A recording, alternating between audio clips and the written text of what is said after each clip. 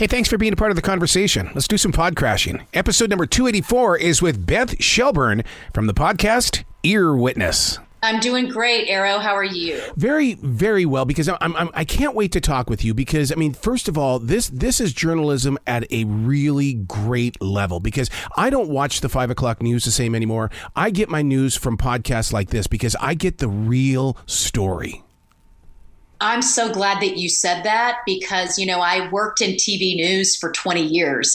And one of the reasons I left was because I was feeling really dissatisfied with the length of stories and how superficial it had become. And I wanted to pursue projects like this because there's always so much that doesn't get to go into stories in traditional media. And podcasts, you can go as long as you want. And that's what makes them so juicy and so substantive. I'll never forget when I was sitting down with my general manager and I was explaining to him, dude, this is a great way that you can put advertising on there and it tells the real story of the artists and the authors. And he goes, I don't know what you're doing, just keep doing it. And I'm going, what? It's right here. It's in plain sight. Yeah. It's, sometimes the business, it takes a little while for everybody to get on board. But I think podcasts are here and they're here to stay. Absolutely. I was with the people from dictionary.com a few weeks ago, and I got to tell you, Earwitness, is it in there? Because, I fell in love with that the second I saw it.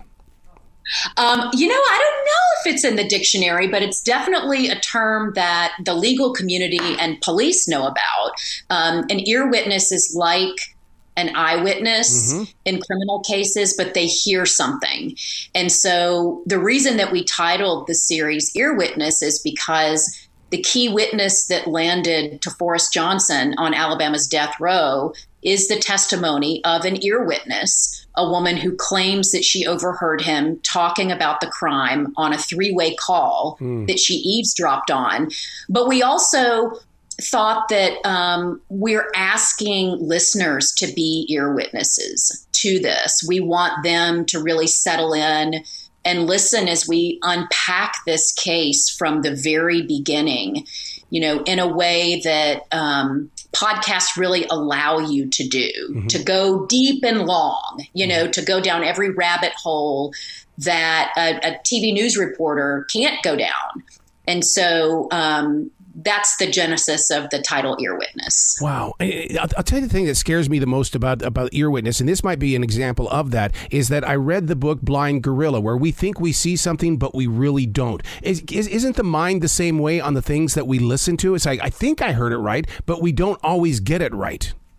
Yeah, I think that there's actually studies out there that ear witness testimony is actually more unreliable than eyewitness testimony. And we already know that eyewitness testimony is unreliable. Like you said, people remember things differently over time and they start to, tell themselves a story about what they remember.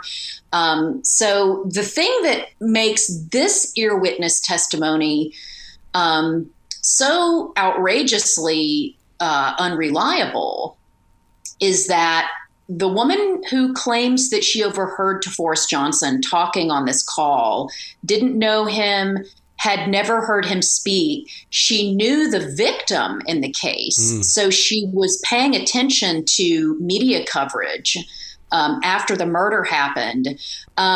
And she has claimed all along that the only reason she came forward was because her conscience bothered her. But now we know she also came forward in pursuit of the reward money that was offered in this case. And that information was not told to the jury, and the state did not disclose the reward payment for 17 years. Oh, my God. So, not only is this case the flimsiest of evidence, this one witness who claims she overheard something, she was a paid witness, and the jury never knew that. So, when I tell people the kind of elevator pitch on this story, they initially react with skepticism, like, oh, well, no, that can't be the whole story. They had to have something else on this guy. there had to be more to it. People don't end up on death row on that kind of evidence. But once they start listening to the podcast, that's the realization is, oh my God, yes, this did happen. And it's still happening because he's still on death row. Especially when Mr. Johnson, you clearly state this, he was at a popular nightclub 4 miles away. How can you be in two places at the same time?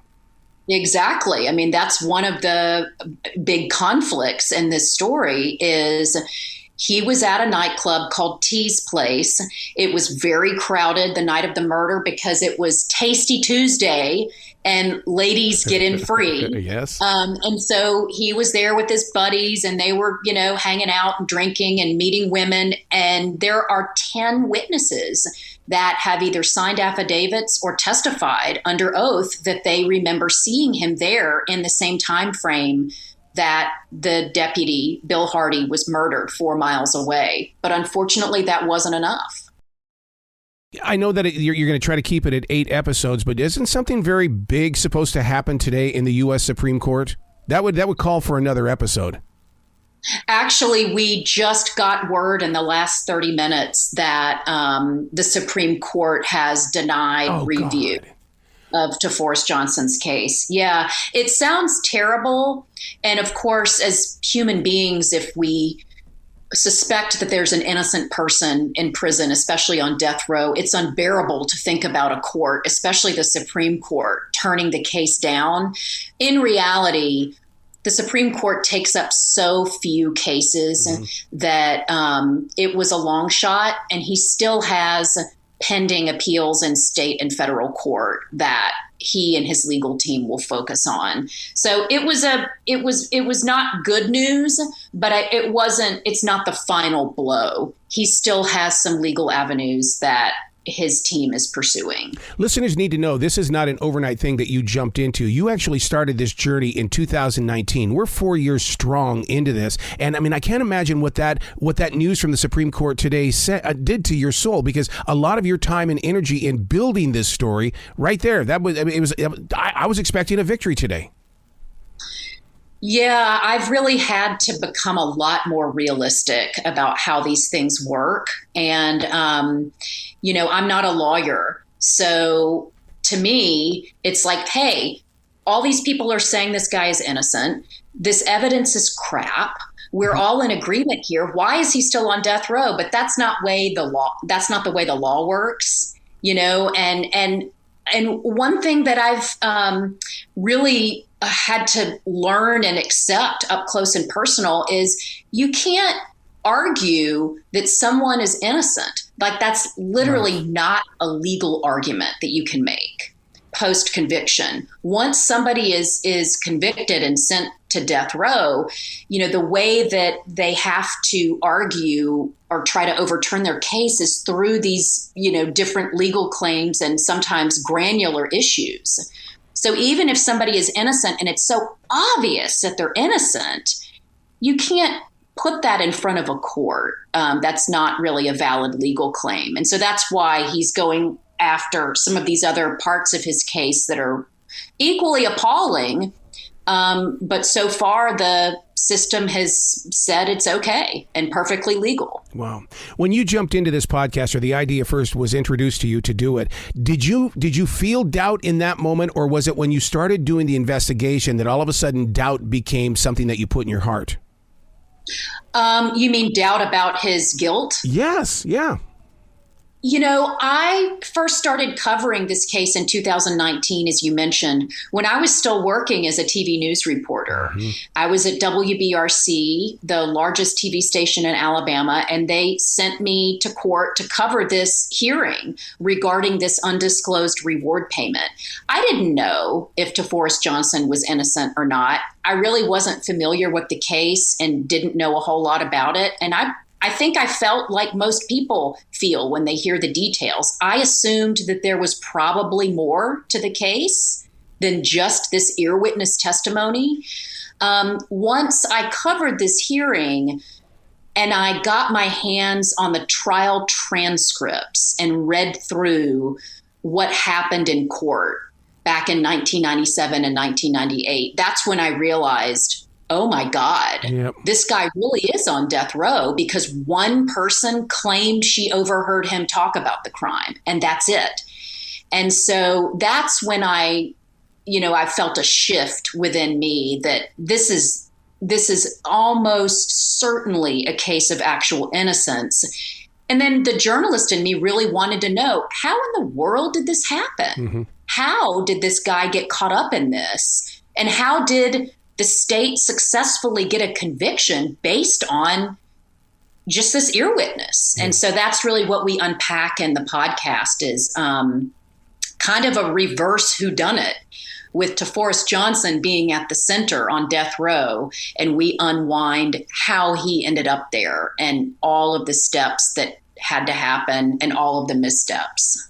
So this happening in your backyard, your home state, the law. Now, here's the thing. Do they know who you are? And do they know how you worked on television as a journalist? Because, I mean, it would be one of those things where it's like, oh, my God, here she comes. Oh, okay, you guys, this is what we have to do as a team. Make sure she doesn't get everything.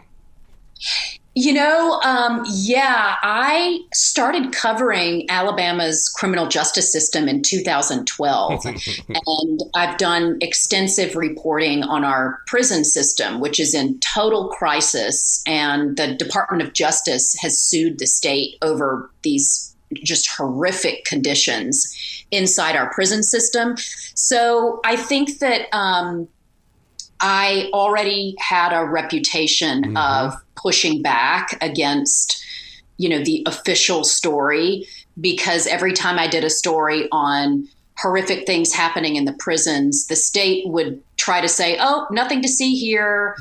Don't believe what these inmates are telling you. And then it turns out what the inmates were saying was absolutely true, and then some. And so I developed a very healthy skepticism of what the state was saying. I think that, for 20 years, I worked in traditional media, and even if there's somebody that I find outrageously not believable, I will sit down with them and try to parse through their position and give them, a fair shot. I think that that's important. But we do take a position in this podcast kind of right out of the gate that we believe in Toforest, and we didn't keep that a secret. I think that's what makes it so unusual that I was able to sit down with the lead detective and the lead prosecutor. A lot of times these podcasts, have the reporter chasing after some of the main people that were involved in the conviction, and those people never want to talk to the reporter, but they actually came to the microphone and talked to me for hours and hours. So it wasn't a case of us not having enough material. We had too much, and we really had to, kind of boil it down to what we felt was most important, and, give everybody a fair say in what was going on at the time and how they feel about it now. I have to give you kudos for what you just said about, having the people on there, because I listen to so many podcasts and I watch a lot of documentaries. I don't want other people sharing the story. I want to hear the authentic people sharing the story. And you do that very well with this. And it's got a nice balance to it as well. I really appreciate you saying that, because we worked very, very hard to strike that balance. I've actually, the pushback that I've been getting from listeners has been that I wasn't hard enough on like the lead detective, Tony Richardson. But I really felt like, he was being honest. And even if we don't agree with him or find his positions outrageous, he is letting us see into the mind of a detective. And I think that I wanted listeners to kind of sit with that and think about it. And so me challenging him on everything I disagreed with, or every time he said something outrageous, I don't think he would have talked to me for 7 hours on the record. So we had to kind of pick our battles. And I think listeners are smart enough to where, they can come to their own conclusions. They don't need me to tell them. Yeah, because you and I are both in journalism in the way that we understand how to bring down the energy, get the conversation started, ask the questions, and then question the answers. You don't have to aggressively go after them. Just be a part of their energy flow. Yeah. And, these are career law enforcement people that have, hundreds, maybe thousands of cases under their belt. And this is one case. And I think, putting it in that context and sort of giving them the space to talk about what's a very complicated job that they have, and certainly a high profile case that they feel many different ways about. I think we were able to get to something a lot more interesting and important than we would have if I would have just gotten in their faces and yelled at them. Yeah. They were difficult interviews. I mean, I felt really beat up after all of them because things were said that I found outrageous. Mm-hmm. But I, like I said, had to pick my battles. So, there were times that I just kind of sat there trying to maintain a poker face and let them talk. And sometimes they hang themselves that way, but it's definitely an art and not a science. Yeah, because the pause. I always want the pause. And sometimes you don't have to ask a question. You just make a statement. And all of a sudden you're going, oh, here we go. You just gave me something to hold on to. Well, I mean, and listeners will hear that in multiple places with Detective Tony Richardson, because he makes several pretty outrageous statements. One that comes to mind is we talk about police coercion, mm-hmm. because clearly some of these young witnesses were coerced when he was interrogating them, and we've got the tapes to prove it. And he tells me that nobody does that. Maybe they did it in the 1800s, but no police coerce witnesses. I mean, what could I say to that? It was so outrageous, and my blood pressure just went through the roof when he said it. I thought to myself, just let that sit there. Like, it's so out there. I can't even begin to challenge it. And so let's just let him say that. Let's let him make that statement himself. And, listeners can all scream in their cars or wherever they're listening. and there's just no point in me pushing back because some of the things that were said are just so absurd. I think it's better just to leave it there. Wow. Where can people go to find out more about you? Because once they hear this podcast, they're going to go, oh my God, I have to hear more from her. Oh, I appreciate you saying that. I'm on Twitter. I guess it's called X now. Yeah. So I'm at B Shelburne, and I have a Substack called Moth to Flame, where I write about mostly criminal justice issues, but also life in Alabama and, different things outside of justice and wrongful convictions. But those are the two places where I am. And then, of course, we'll have episodes dropping through the end of October, nice. Each Tuesday on, wherever people listen to podcasts. I love it. Please come back to this show anytime in the future, Beth. The door is always going to be open for you. I appreciate it, Arrow. Thank you so much. It was great to talk to you. You be brilliant today, okay? Thanks. You too.